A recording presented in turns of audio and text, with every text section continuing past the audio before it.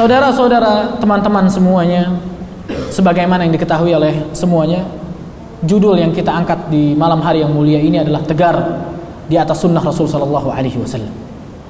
Sebelum kita masuk ke pembahasan judul yang kita pilih untuk kajian malam hari ini, alangkah baiknya jika kita mengetahui arti sunnah sebelum kita masuk pada inti pembahasan kajian. Sunnah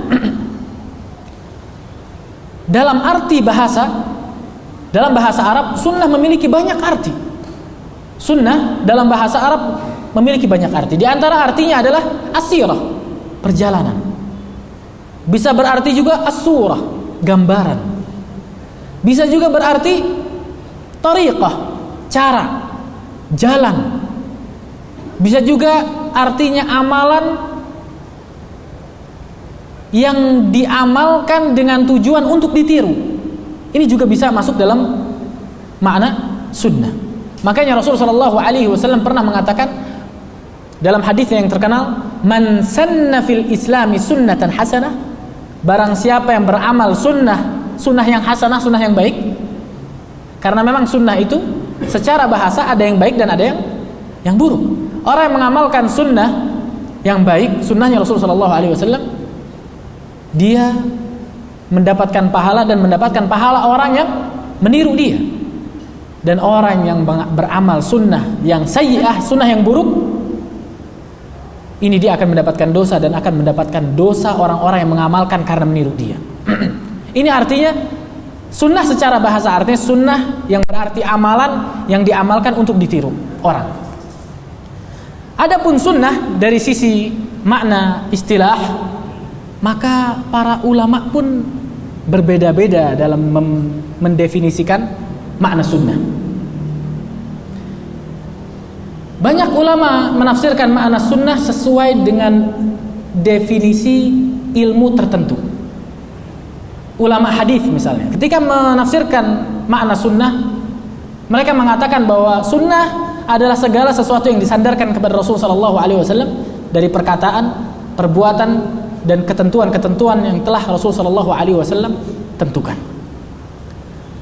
Kalau kita melihat definisi sunnah yang ditafsirkan oleh ulama fikih, maka kita akan dapati bahwasannya arti sunnah adalah dilakukan dapat pahala, enggak dilakukan enggak dosa, enggak apa-apa. Ini sunnah sesuai dengan definisi ulama fikih. Ada lagi definisi sunnah sesuai dengan ulama usul fiqh.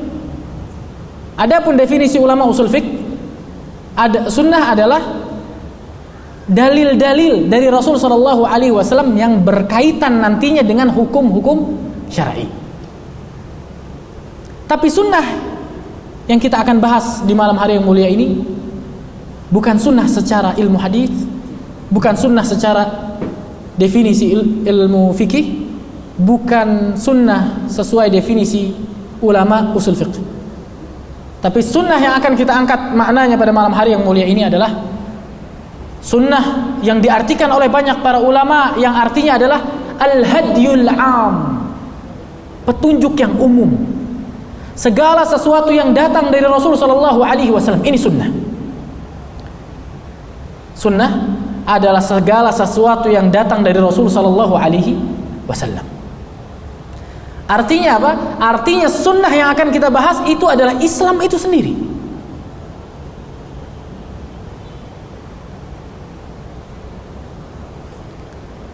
Dan inilah arti sunnah yang dikatakan oleh Imam Al-Barbahari rahimahullahu ta'ala rahmatan wasi'ah dalam kitabnya yang terkenal Syarhus Sunnah milik Imam Al-Barbahari. Beliau mengatakan dalam kitabnya, di awal-awal kitab beliau mengatakan al-islamu huwa sunnah was-sunnatu hiya al-islam fala yaqumu ahaduhuma illa bil akhar. Al-Imam Al-Barbahari rahimahullah ta'ala mengatakan Islam adalah sunnah dan sunnah adalah Islam, dan salah satu di antara keduanya tidak bisa berdiri tanpa yang lainnya. Artinya seseorang tidak dianggap Islamnya ketika dia menolak ajaran Rasul sallallahu alaihi wasallam. Kenapa? Karena Islam itu sendiri adalah ajaran Rasul sallallahu alaihi wasallam. Segala petunjuk, arahan, hidayah yang datang dari Rasul sallallahu alaihi wasallam itu namanya sunnah. Maka masuk di dalamnya perkara akidah, masuk di dalamnya perkara ibadah, masuk di dalamnya perkara muamalah, masuk di dalamnya perkara akhlak dan suluk. Ketika berakidah, harus berakidah dengan akidahnya Rasul sallallahu alaihi wasallam. Ketika beribadah, harus beribadah dengan ibadahnya Rasul sallallahu alaihi wasallam, sesuai aturan dan petunjuk yang datang dari Rasul sallallahu alaihi wasallam. Bermuamalah, jual beli, hutang piutang pun harus sesuai petunjuk dan arahan Rasul sallallahu alaihi wasallam. Berakhlak pun harus sesuai dengan akhlak yang ditunjukkan oleh Rasul sallallahu alaihi wasallam. Ini sunnah, dan inilah yang kita maksud tegar di atas sunnah. Apa arti tegar? Berdiri kokoh, tidak mudah goyah prinsipnya. Kenapa tegar? Karena dia yakin dengan petunjuk dan arahan yang datang dari Rasul sallallahu alaihi wasallam pastilah benar.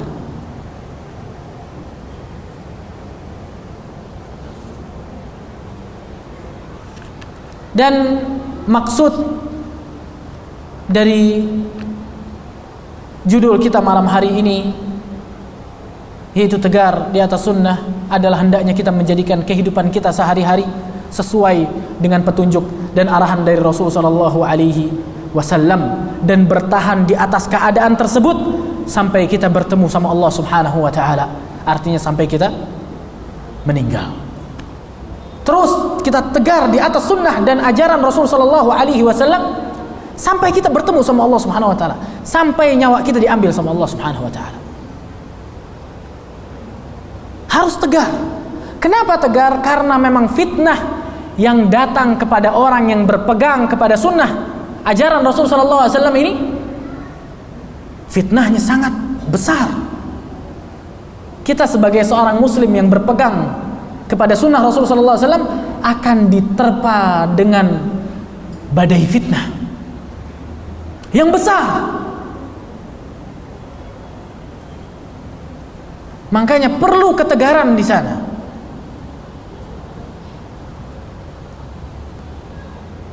Dan tentunya adanya kajian seperti ini kita bersyukur. Kenapa? Semakin banyak orang kenal sunnah, semakin banyak orang bisa mengamalkan sunnah, yang dengan ilmu tersebut dia bisa tegar di atas sunnahnya Rasul sallallahu alaihi wasallam. Makanya salah satu sebab anak angkat judul ini, yang pertama, untuk kita belajar. Karena tidak mungkin kita bisa tegap berdiri kokoh di atas sunnah Rasul sallallahu alaihi wasallam tanpa kita mengetahui bagaimana sunnah Rasul sallallahu alaihi wasallam. Kita bisa tegar di atas sunnah Rasul sallallahu alaihi wasallam dengan kita belajar mengetahui sunnah-sunnah Rasul sallallahu alaihi wasallam. Makanya sekali lagi, kajian-kajian kayak gini bukan ajang kumpul, bukan ajang kita mengumpulkan ilmu, tapi kajian-kajian kayak gini ditujukan untuk kita pulang ke rumah dengan ilmu yang untuk diamalkan. Maka yang diharapkan setiap seorang muslim datangi kajian, pulang ke rumah amalnya lebih baik daripada sebelumnya. Ini yang diharapkan. Dan ini sebab pertama kenapa kita ambil tema ini. Sebab yang kedua, untuk mengingatkan. Sebagaimana yang Allah Subhanahu wa taala firmankan, "Fadzakir fa inna dzikra tanfa'ul mu'minin."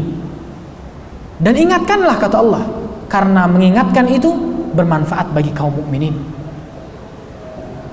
Saling mengingatkan.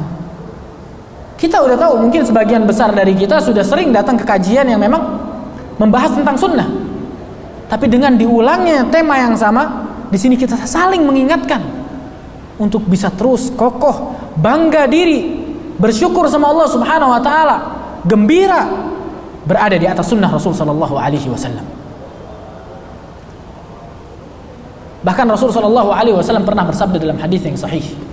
Beliau mengatakan, "Ad-dinun nasihah, ad-dinun nasihah, ad-dinun nasihah."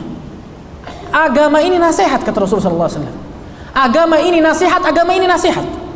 Para sahabat bertanya, untuk siapa ya Rasulullah? Kata Rasulullah, dari Allah, dari Rasulullah, dari Al-Quran, untuk semua orang dan untuk setiap pemimpin nasihat ini. Dan teman yang jujur dan teman yang baik, itu teman yang apa? Yang menasihati kita. Bukan teman yang apa-apa kita dipuji, apa-apa kita dipuji. Ibarat kita ke mall beli baju, tanya sama teman, bagus apa enggak? Bagus. Pilih yang lain, bagus enggak? Bagus terus jawabannya. Dia enggak jujur. Ketika dia lihat yang kurang dari kita, dia enggak mau ngomong sama kita. Itu bukan teman namanya. Teman ini yang saling mengingatkan, ya akhi, antum salah. Dan nikmatnya diingatkan, subhanallahil azim. Makanya kata Allah sekali lagi, fadzakir fa inna dzikra tanfa'ul mu'minin. Ingatkanlah, karena saling mengingatkan itu manfaat bagi kaum mukminin. Suami mengingatkan istrinya, istri mengingatkan suaminya, orang tua mengingatkan anaknya, mengingatkan tetangganya. Ini nikmat dari Allah Subhanahu wa taala. Bahkan Rasul sallallahu alaihi wasallam menyebutkan atau menjadikan nasihat ini sebagai salah satu hak saudara mukmin kita. Kata Rasulullah SAW, wa idzastansahaka fansahhu. Dari 6 hak muslim yang patut kita laksanakan adalah ketika ada seorang muslim minta nasihat ke kita, nasihati dia. Kenapa? Karena dia menginginkan kebaikan. Maka betapa indahnya ketika saling menasihati, saling mengingatkan, itu ada di antara kaum mukminin, ada di antara para penuntut ilmu. Ini amat luar biasa. Karena memang Islam tidak pernah mengajarkan kita untuk baik sendiri. Baik rame-rame. Dan semakin banyak orang yang baik akan menjadikan kita bisa lebih kuat dan kokoh di atas hak, di atas kebenaran.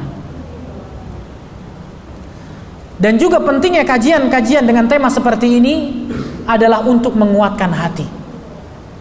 Karena memang pada dasarnya hati itu lemah.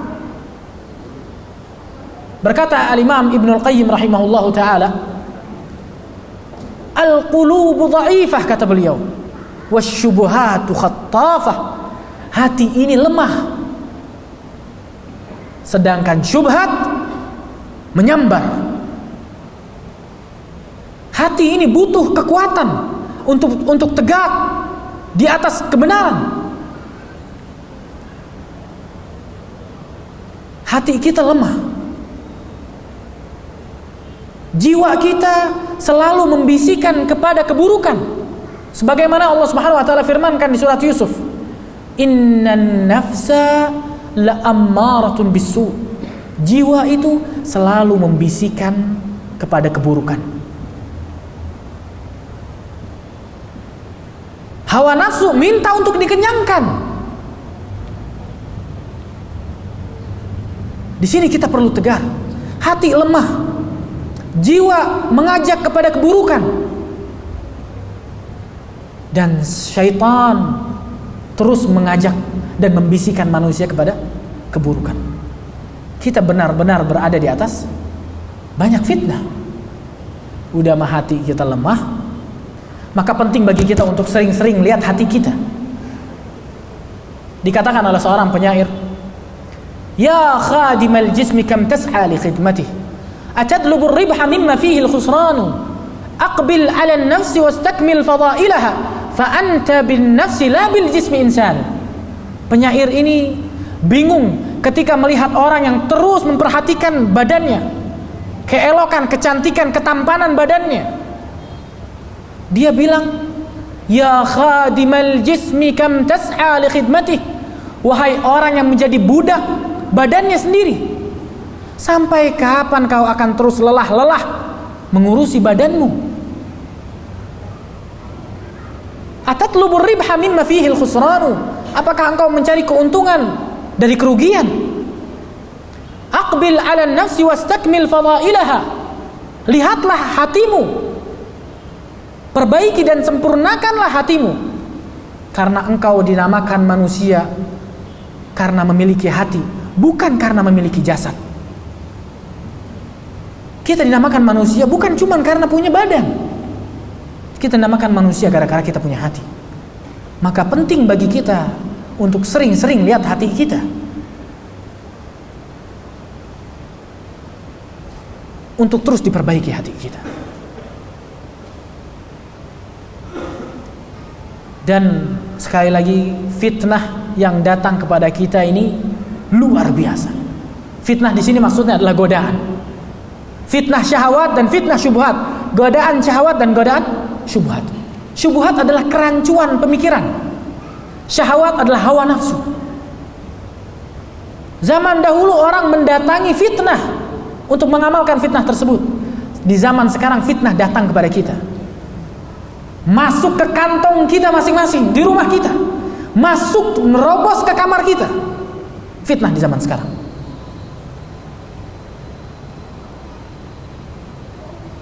Sesuai dengan sabda Rasul sallallahu alaihi wasallam, subhanallahil azim. Rasul sallallahu alaihi wasallam pernah bersabda dalam hadis yang sahih yang diriwayatkan oleh Imam Muslim rahimahullahu taala dari di kitab Sahih Muslimnya dari jalan Hudzaifah bin Yaman, seorang sahabat yang mulia. Masuk waktu Isya. Masuk waktu Isya, Syekh.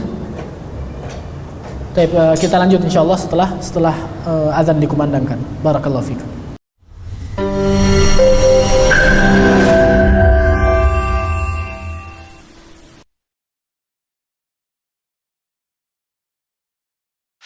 وحده لا شريك له وأشهد أن محمدا عبده ورسوله لا نبي ولا رسول بعده.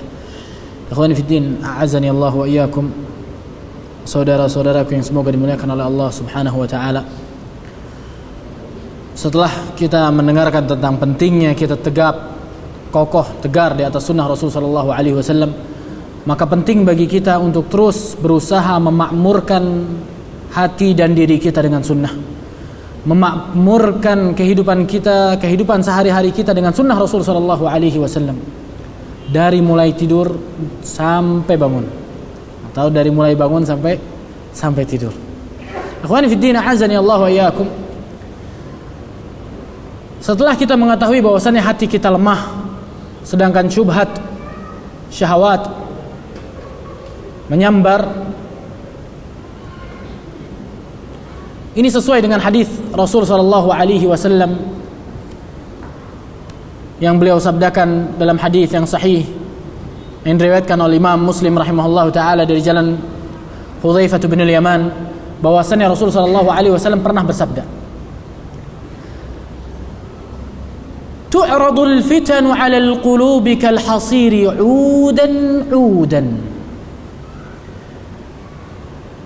Fitnah itu akan datang kepada hati kayak tikar, udan. Kita tahu tikar asalnya dari apa? Dari satu batang. Apa batang namanya ya? Dari satu tangkai ya. Tapi terus kemudian digandengkan dengan tangkai yang lain. Ditaruh setelahnya tangkai yang lain, terus dijejer sampai akhirnya dia menutupi dasaran. Begitulah fitnah datang melanda seorang muslim. Datang terus bertubi-tubi. Ini subhanallah, Rasul sallallahu alaihi wasallam sangat jelas memisalkan fitnah yang datang kepada kita. Kata Rasul sallallahu alaihi wasallam seperti tikar yang disusun satu tangkai. Begitulah fitnah datang kepada kita. Fa ayyu qalbin asyrabaha nukkitat fihi nuktatun sauda. Hati mana saja yang ketika fitnah ini datang terus diserap sama hati fitnah tersebut, kecuali hati nanti akan dikasih satu titik hitam, kata Rasulullah sallallahu alaihi wasallam. Artinya semakin banyak fitnah yang diserap sama dia, semakin banyak titik hitam yang ada dalam hati dia. Artinya kalau terus titik hitam ini ada, dia bakal jadi kayak tikar yang dimisalkan oleh Rasulullah SAW, akan tertutup hatinya oleh titik-titik hitam ini. Wa ayyu qalbin ankaraha nukkitat fihi nuktatun bayda. Dan hati mana saja yang ketika datang fitnah ditolak sama hati tersebut, nggak boleh masuk hatinya. Dan dia terus memakmurkan hatinya, memenuhi hatinya terus dengan sunnah Rasulullah SAW. Barang siapa menolak fitnah yang datang, nukkitat fihi nuktatun bayda, maka akan ditulis satu titik putih, kata Rasulullah SAW. Mithla as-safa fala tadurruhu fitnatun ma damatis samawati wal ard. Dan terus ketika dia menolak fitnah, terus dikasih titik putih sampai hatinya benar-benar putih dan bersih, kata Rasulullah SAW. Ketika hati seseorang putih dan bersih karena dia terus menolak fitnah, la tadurruhu fitnatun ma damatis samawati wal ard. Maka fitnah-fitnah tersebut, fitnah syubhat dan syahwat, tidak akan berarti bagi dia, dan dia tidak akan terlena dengan fitnah dunia selagi dia masih hidup. Artinya dia bakal selamat di dunia dan di akhirat. Wal akharu aswadu murbadan.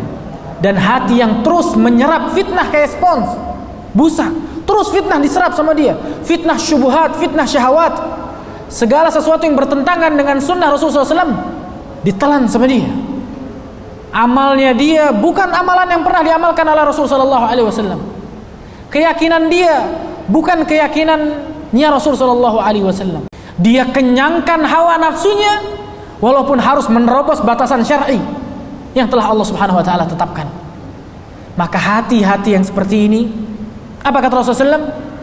Aswadu murbadan, hitam legam. Murbadan, kata para ulama di sini bukan hitam pekat, bukan, tapi hitam campur coklat. Artinya apa? Hitam dan kotor hatinya. Kenapa? Fitnah diserap sama dia. Dalam perkara ibadah dia nggak mau tahu ini sunnah apa bukan, amalin. Dalam perkara akidah dia nggak mau tahu. Kalau menurut pendapat dia itu benar, diyakini sama dia. Syahwat, hawa nafsunya dikenyangkan sama dia, walaupun harus melangkahi batasan syar'i yang telah Allah tetapkan. Dalam mencari rizki dia nggak peduli halal haram, diterobos batasan Allah Subhanahu wa taala sama dia. Maka orang-orang yang menyerap fitnah-fitnah ini, hatinya akan menjadi hitam, murbadan, kalkuzi mujakhian, kayak penggorengan yang sering digoreng terus dibalik, kayak gitu hati. La ya'rifu ma'rufan, dia mulai tidak mengenal yang hak lagi. Dinasehatin, mental nasihat dia, nggak ngaruh. Kenapa? Kerjaannya menyerap fitnah. Dia nggak perhatian sama hatinya, apakah hati dia sehat atau sakit. Kata Rasulullah SAW, la ya'rifu ma'rufan, dia tidak tahu mana yang benar. Wala yunkiru munkaran, dia juga tidak mengingkari yang mungkar. Illa ma asyraba min hawah, kecuali segala sesuatu yang memang diminum sama hawa nafsunya. Dia udah gak perhatian sama benar atau salah. Dia gak perhatian sama mana syirik, mana tauhid. Gak perhatian. Dia gak perhatian sama agamanya aslan. Kenapa? Saking seringnya dia menyerap fitnah sampai akhirnya terus titik hitam berkumpul di hatinya, sampai hatinya hitam, legam, kotor, tidak masuk kebaikan kepada hatinya. Di sini Rasulullah SAW pun memberikan satu pesan tersirat dalam hadis ini. Apa? Pentingnya hati. Bagian terpenting dari tubuh kita semuanya itu hati. Makanya kata Rasulullah SAW, di satu badan ini ada satu gumpalan darah. Yang kalau dia baik, baik semuanya. Kalau dia buruk, buruk semuanya. Ala wahwal qalb. Itu adalah hati, kata Rasulullah SAW. Hati ini raja badan kita ya jamaah. Baik hati kita, baik amalan kita. Sakit hati kita, rusak amalan kita.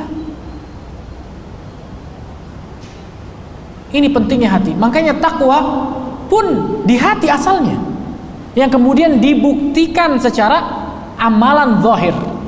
Rasulullah SAW bersabda dalam hadis yang terkenal. Beliau khutbah di atas mimbar sambil mengatakan apa? At-taqwa hahuna, sambil menunjuk ke dadanya 3 kali. Takwa itu di sini, takwa itu di sini, takwa itu di sini. Karena ketakwaan yang memang jujur di dalam hati seseorang akan menimbulkan amalan soleh, dan itu salah satu tanda bukti bahwasannya hatinya bersih. Sebagaimana yang disabdakan oleh Rasulullah SAW, fitnah akan datang kepada kita seperti tikar, udan, sedikit demi sedikit, tapi terus. Dan ini kita rasakan.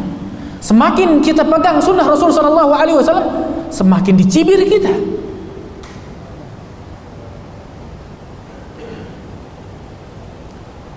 Tapi penting bagi kita untuk pede sama pilihan kita. Pede sama pilihan kita. Ini sunnah yang kita pilih dan ini kebaikan. Maka orang yang berada di atas sunnah bergembira. Ketika kita mempelajari zikir-zikir setelah sholat, ini hadisnya sahih. Setelah sholat itu baca ini, maka ini wallah kebaikan di atas kebaikan. Seseorang berzikir sesuai sunnah Rasulullah SAW, dia bergembira. Dan bergembira akan amalan soleh yang dia lakukan, bukan riya. Sekali lagi, gembira, senang dengan amalan soleh yang bisa dia lakukan, bukan riya. Bahkan itu adalah salah satu tanda keimanan.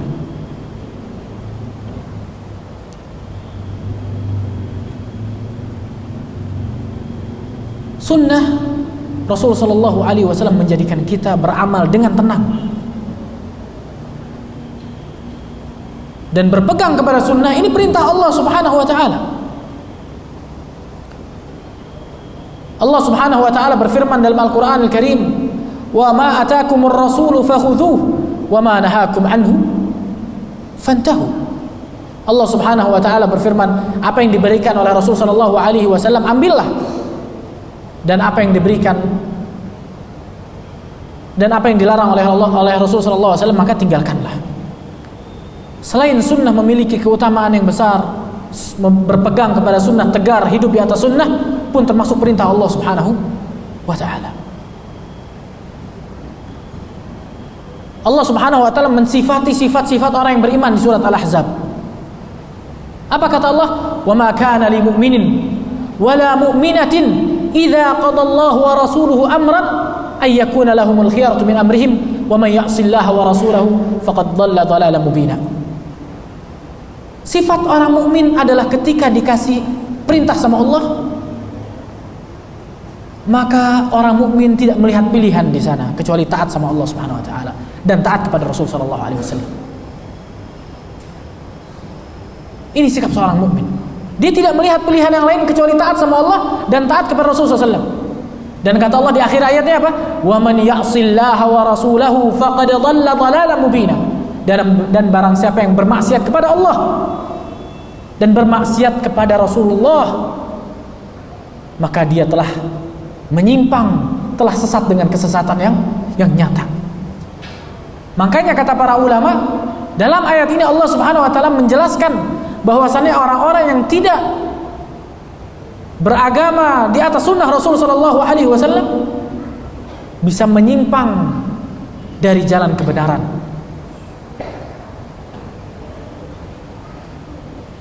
Maka ketika kita menjalankan sunnah, kemudian mendapatkan rintangan dari keluarga, mungkin dari istri atau dari atasan ketika kita bekerja, dari sekolahan ketika kita menuntut ilmu, maka di sini kita tegar di atas sunnah Rasulullah SAW.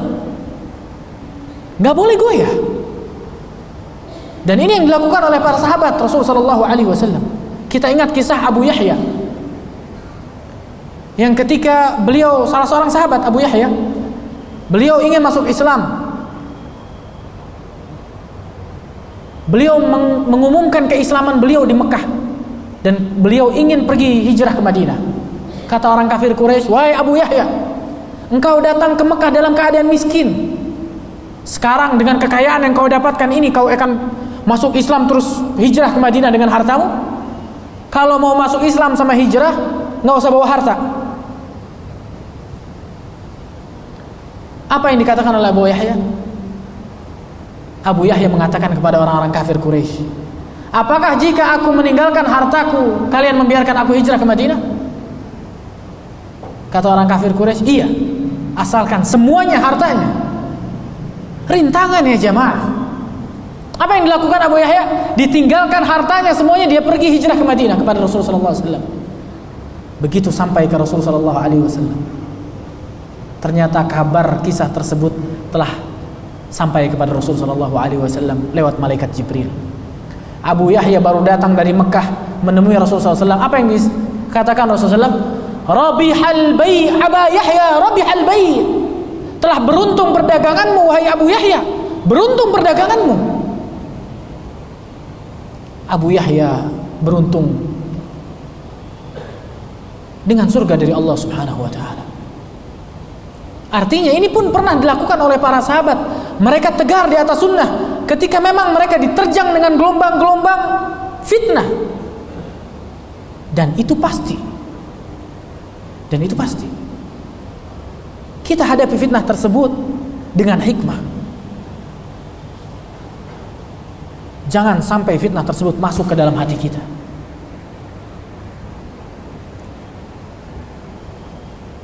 Abu Bakar As-Siddiq radhiyallahu taala anhu. Ini sebagian contoh dari tegarnya para sahabat di atas sunnah. Ketika Rasulullah SAW meninggal, sebagian besar orang Arab murtad ketika itu. Abu Bakar menjadi khalifah, baru beberapa saat menjadi khalifah sudah dapat tugas yang besar. Apa? Orang Arab setelah meninggalnya Rasulullah SAW banyak yang murtad. Sebagian lagi nggak mau bayar zakat. Abu Bakar As-Siddiq radhiyallahu taala an mengirimkan pasukan yang dipimpin oleh Usamah bin Zaid untuk perang. Karena ketika Rasulullah SAW sebelum meninggal, Rasulullah SAW sempat mengirimkan pasukan yang dipimpin oleh Usamah bin Zaid. Tapi ketika pasukan tersebut tengah jalan, Rasulullah SAW meninggal. Akhirnya pasukan tersebut kembali ke Madinah. Setelah Rasulullah SAW meninggal, Abu Bakar menjadi khalifah. Abu Bakar mengirimkan pasukan tersebut. Sebagian sahabat bilang, "Ya Abu Bakar, mendingan jangan dikirim. Karena kita dalam keadaan lemah. Orang Arab banyak yang murtad, orang Arab banyak yang menolak bayar zakat. Kalau orang kafir, orang Romawi dan orang Persia tahu engkau tetap mengirimkan pasukan, mereka tahu kaum muslimin di Madinah dalam keadaan sedikit, kosong dan lemah, diserang, habis kita." Secara akal benar. Tapi apa yang dipikirkan oleh Abu Bakar As-Siddiq? Lihat tegarnya Abu Bakar As-Siddiq dan yakinnya beliau bahwasannya sunnah Rasulullah SAW pasti mendatangkan maslahat yang besar. Kata Abu Bakar As-Siddiq, "Aku tidak akan pernah meninggalkan pasukan yang pernah diutus oleh Rasulullah SAW, kecuali aku pun akan mengutus pasukan tersebut." Tetap sama Abu Bakar As-Siddiq dikirim. Kenapa? Karena itu keinginan Rasulullah SAW pasti akan mendatangkan kebaikan.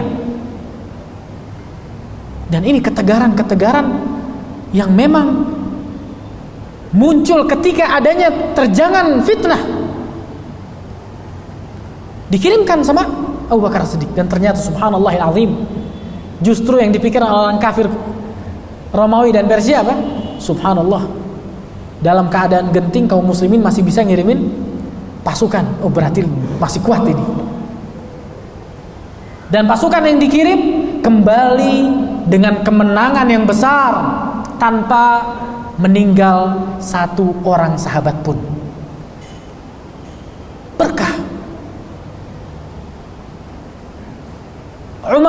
Khattab. Contoh yang lain, Umar bin Khattab ketika beliau haji, beliau mencium Hajar Aswad. Apa kata beliau? Inni alimtu annaka hajar. Aku tahu sesungguhnya kamu ini hanya batu, kata Umar bin Khattab. Walaula ra'aitu an-nabiy sallallahu alaihi wasallam qabbalak ma qabbaltuk. Kalau seandainya aku tidak melihat Rasulullah SAW menciummu, aku tidak akan mencium. Jadi benar-benar Umar bin Khattab mencium Hajar Aswad karena apa? Karena beliau melihat Rasulullah SAW mencium Hajar Aswad. Jangan kedepankan akal kita dibandingkan sunnah Rasulullah SAW. Jangan kedepankan akal kita kebanding Al-Quran, firman Allah Subhanahu Wa Taala. Jangan kedepankan hawa nafsu kita. Jangan, ini kalau kata saya, ini kayaknya, ini menurut pemikiran singkat saya. Bukan begitu ya jemaah. Di sini kita tegar di atas sunnah Rasul Sallallahu Alaihi Wasallam. Walaupun ketika datang fitnah. Utsman ibn Affan, contoh yang lain. Ketika Rasulullah Shallallahu Alaihi Wasallam dengan para sahabat pergi dari Madinah menuju Makkah ingin umrah, ditahan sama orang-orang kafir Quraisy sampai akhirnya mereka bikin perjanjian Hudaybiyah. Pengen masuk Makkah nggak boleh. Akhirnya Rasulullah Shallallahu Alaihi Wasallam mengutus Utsman bin Affan untuk pergi ke Makkah. Karena Rasulullah SAW dan para sahabat yang lain tertahan di Hudaybiyah, di daerah namanya Hudaybiyah. Rasulullah SAW mengirim Utsman untuk pergi ke Mekah menemui orang-orang kafir Quraisy untuk bertemu mereka. Ketika Utsman di Mekah, para sahabat yang bersama Rasulullah SAW saling cerita. Terus mereka bertanya, ya Rasulullah, ini Utsman, subhanallah, dia dapat kesempatan masuk Mekah. Ini semua para sahabat dan Rasulullah SAW cinta dan kepengen rindu ingin tawaf di Ka'bah. Para sahabat tanya ke Rasulullah, ya Rasulullah, ini Utsman sekarang udah di Mekah, kita ketahan di sini. Ini Utsman tawaf nggak ya di sana? Karena kita udah rindu buat pengen tawaf semuanya. Kata Rasulullah apa? Enggak. Utsman nggak bakal tawaf sendirian. Dia nggak bakal tawaf selagi kita belum tawaf. Padahal mumpung udah masuk Mekah, tawaf aja. Kenapa? Begitu Utsman pulang kembali dari Mekah menuju Hudaybiyah, para sahabat tanya, wahai Utsman, apakah kau berhasil untuk tawaf di Ka'bah? Apa kata Utsman? Walaqad asa'tum dhannukum bi. Kalian telah berburuk sangka kepadaku. Bagaimana aku tawaf sedangkan Rasul sallallahu alaihi wasallam belum tawaf? Ya jamaatil khair. Di sini kita mengedepankan apa? Sunnah Rasul sallallahu alaihi wasallam. Kita tidak beribadah kecuali dengan cara bagaimana Rasul sallallahu alaihi wasallam beribadah. Kita tidak meyakini akidah kita kecuali dengan apa yang diyakini oleh Rasul sallallahu alaihi wasallam sebagai akidah. Kita tidak bermuamalah kecuali dengan muamalah yang ditunjukkan dan diarahkan oleh Rasul sallallahu alaihi wasallam. Ali bin Abi Thalib ketika kaum Quraisy kehabisan cara menghentikan dakwah Rasulullah SAW. Dicaci udah, dimaki udah, diboikot udah, tapi terus Rasulullah SAW bersabar meneruskan dakwahnya. Sampai akhirnya orang-orang kafir Quraisy berencana membunuh Rasulullah SAW ketika beliau tidur. Dan digantikan oleh siapa? Ali bin Abi Thalib menggantikan posisi Rasul sallallahu alaihi wasallam yang akan dibunuh. Buat mereka nyawa, mereka harta, mereka bukan apa-apa. Yang penting mereka mendapatkan ridha Allah Subhanahu wa taala dan ridha Rasul sallallahu alaihi wasallam. Nyawa jadi taruhannya, Ikhwani fid din, a'azani Allah wa iyyakum. Rasul sallallahu alaihi wasallam mempertahankan sunnah ini dengan perjuangan, darah keluar. Sebagian besar para sahabat meninggal untuk apa? Untuk terus meneruskan estafet dakwah ini agar sunnah ini sampai kepada kita. Sekarang subhanallahil azim, saking sakitnya hati kita, kita bukan menolak sunnah, bukan tidak beramal sunnah, tapi bahkan apa? Menolak dan memerangi sunnah.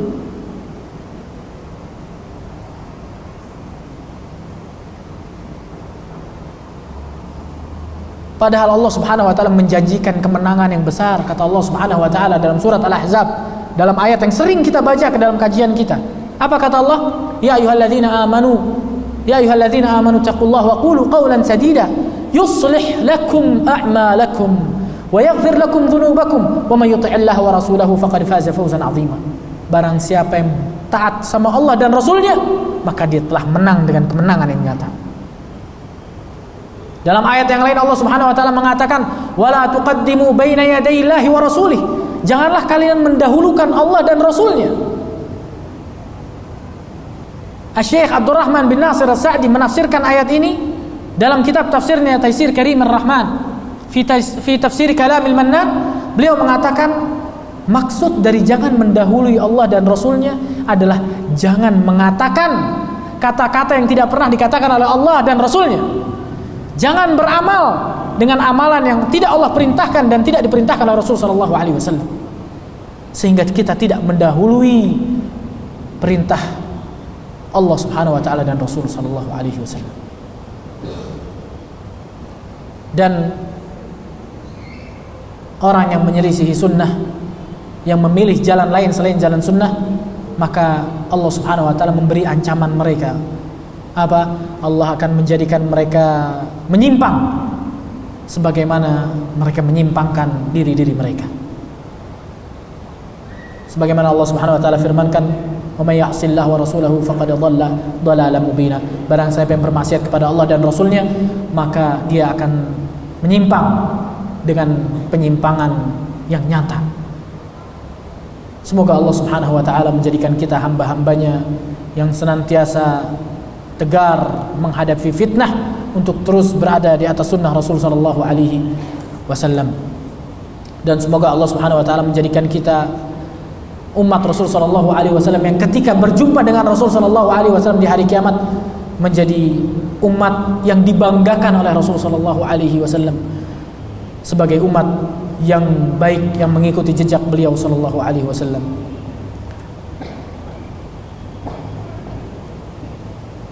Di sini ada sebagian pertanyaan, kita jawab sebagian pertanyaan.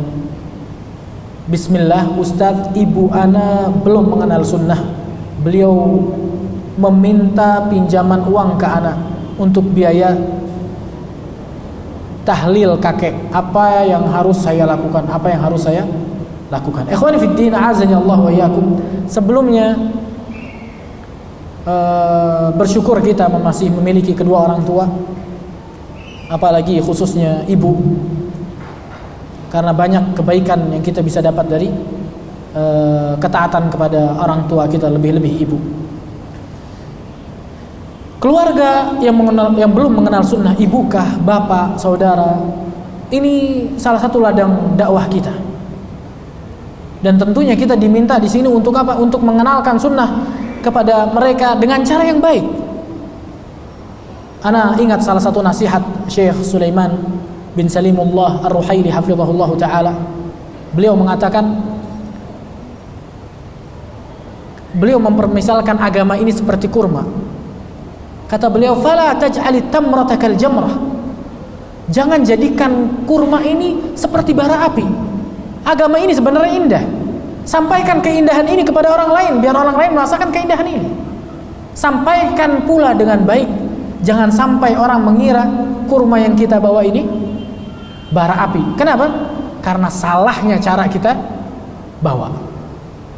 Maka gunakan cara yang baik kepada orang tua kita, lebih-lebih kepada ibu.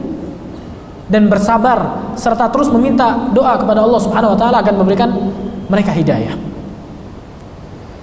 Beliau meminta pinjaman uang ke anak untuk biaya tahlil kakek. Apa yang harus saya lakukan? Tentunya Rasulullah SAW melarang kita untuk taat kepada makhluk dalam kemaksiatan kepada Allah Subhanahu wa taala. Tapi tentunya dengan penjelasan yang baik. Antum sebagai anak insya Allah lebih tahu tentang sifat ibu antum. Coba digocek lah, diajak ngobrol, diajak ngobrol, dikasih uangnya, nggak apa-apa. Tapi buat apa? Buat sedekah atas nama si mayit, nggak apa-apa. Sedekah atas nama mayit boleh. Lebih baik kita jelaskan ke ibu, Bu, gimana? Ini uangnya ada, alhamdulillah ada. Cuman gimana kalau kita sedekahin? Kita cetak Al-Quran, kita bagi-bagi ke orang, biar kakek kita dapat pahala. Dan masih banyak cara yang lain ya jamaatul khair.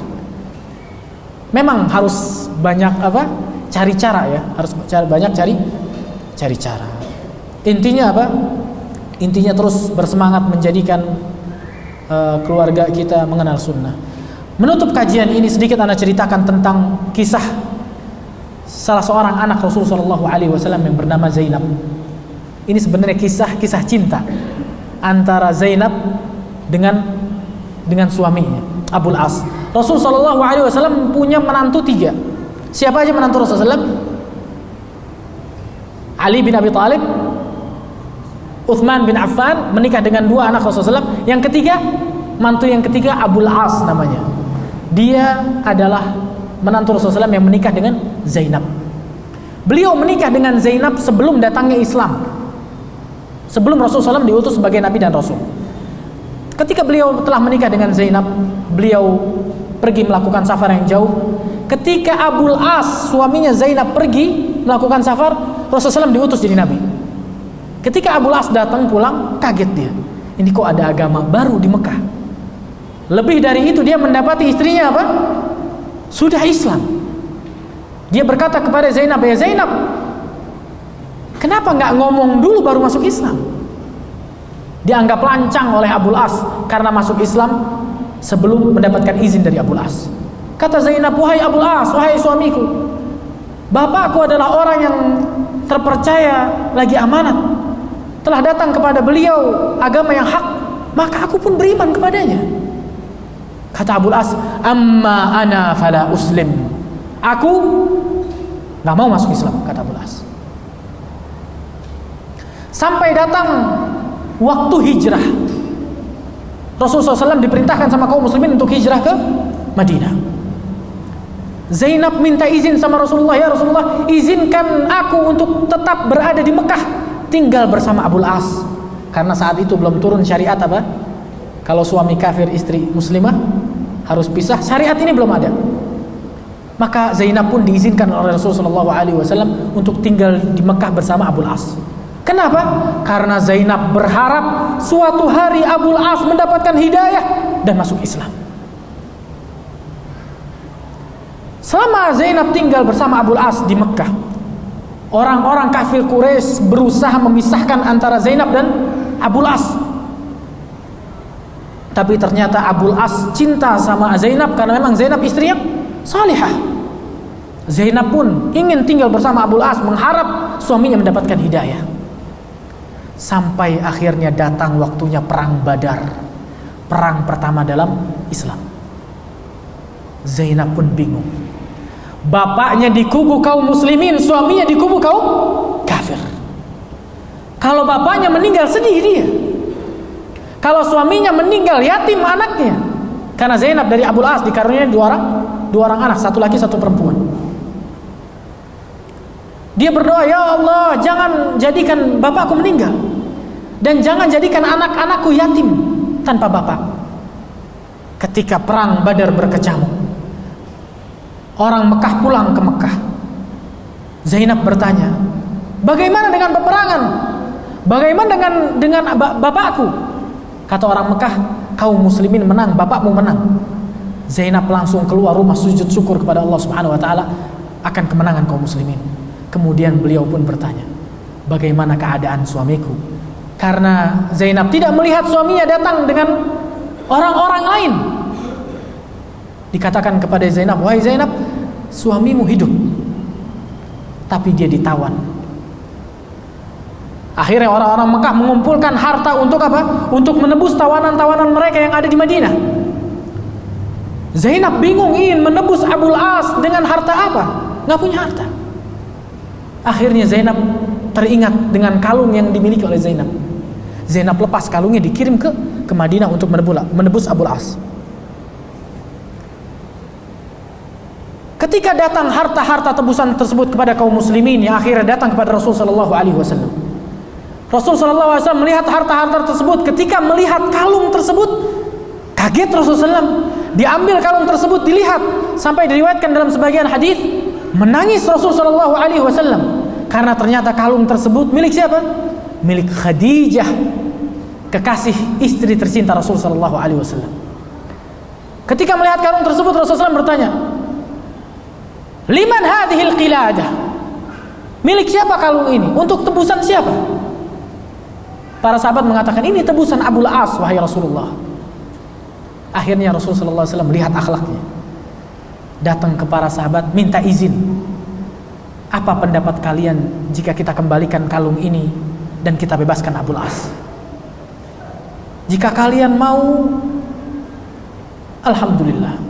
Jika kalian melihat pendapat yang lain, kalian sesuai dengan pendapat kalian. Beliau waliul amr, pemimpin saat itu, tapi beliau apa? Masih meminta izin dan pendapat para sahabat. Para sahabat mengatakan, "Naf'alu dzalika ya Rasulullah." Kita lakuin itu. Dipulangkan Abul As. Ketika pulang Abul As ke Mekah, Zainab menunggu di pintu Mekah, menunggu kedatangan suaminya.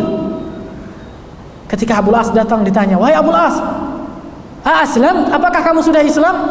Kata Abul As, "La." Dan sebelum Abul As pulang ke Mekah, Rasulullah SAW minta 2 syarat. Yang pertama, balikan kalungnya ke Zainab. Yang kedua, suruh Zainab ke Madinah. Ketika Abul As pulang ke Mekah bertemu Zainab, kata Abul As, harus ada yang pergi. Kata Zainab, "Abul As, setelah sekian lama kau akan pergi lagi?" Kata Abul As, "Bukan aku yang pergi, engkau yang pergi." Akhirnya Zainab membawa 2 orang anaknya pergi kepada Rasul sallallahu alaihi wasallam. Tinggal bersama Rasul sallallahu alaihi wasallam 6 tahun. Zainab diminta oleh banyak laki-laki dilamar. Ditolak semua sama Zainab. Kenapa? Zainab berharap suatu hari Abul As dapat hidayah. Sebegitu besar semangat Zainab kepada keluarganya, kepada suaminya untuk suatu hari dapat hidayah. Sampai suatu ketika Abul As mendapatkan harta orang-orang kaya dari Mekah untuk didagangkan di Syam. Ketika pulang dari Syam, dari perdagangannya, dicegat sama kaum muslimin, diambil hartanya. Karena harta kaum muslimin banyak yang diambil di Madinah waktu itu.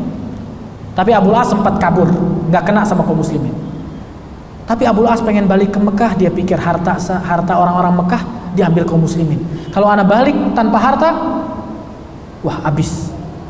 Akhirnya dia masuk Madinah, malam-malam pelan-pelan kemana? Ke rumah Zainab, meminta perlindungan ke Zainab dan meminta untuk dibalikan hartanya. Pun Rasulullah SAW meminta izin kepada sahabat sampai akhirnya dibalikan harta Abul As semuanya. Abul As balik ke Mekah, dibagikan hartanya sama Abul As. Ini hartamu, ini hartamu, ini hartamu, ini hartamu. Semuanya dibagiin rata sesuai pemilik harta masing-masing. Sampai Abul As mengatakan, "Apakah ada hak kalian yang masih ada padaku?" Kata orang kafir Quraisy, "Enggak ya Abul As, harta kami balik dengan keuntungan yang luar biasa." Kata Abul As, "Tapi aku memiliki satu hajah. Aku ingin memberitahu kalian, asyhadu an la ilaha illallah wa asyhadu anna Muhammadar Rasulullah." Dia beriman kepada Allah Subhanahu wa taala dan beriman kepada Rasul sallallahu alaihi wasallam. Akhirnya dia kembali ke Madinah, mengucapkan syahadat di hadapan Rasul sallallahu alaihi wasallam, melamar kembali Zainab putri Rasul sallallahu alaihi wasallam. Akhirnya mereka hidup di atas kebenaran. Begini seorang muslim seharusnya. Suami sabar terhadap kesalahan istrinya. Istri salah sedikit, talak. La, bersabar kita. Tinggikan volume kita untuk berharap istri kita dapat hidayah. Istri pun demikian kepada suami. Pun kita kepada orang tua. ibu kita belum dapat hidayah, belum sunnah, terus berusaha kita doa sama Allah Subhanahu wa ta'ala. Semoga kita dijadikan oleh Allah Subhanahu wa ta'ala hamba yang terus bersemangat menjadikan diri kita berjalan di atas sunnah dan memakmurkan diri kita sesuai sunnah Rasul sallallahu alaihi wasallam, dan juga bersemangat memberikan dan mendakwahkan kebaikan ini kepada keluarga kerabat kita. Subhanakallahumma wa bihamdika asyhadu an la ilaha illa anta astaghfiruka wa atubu ilaik. Thumma assalamu alaikum warahmatullahi wabarakatuh.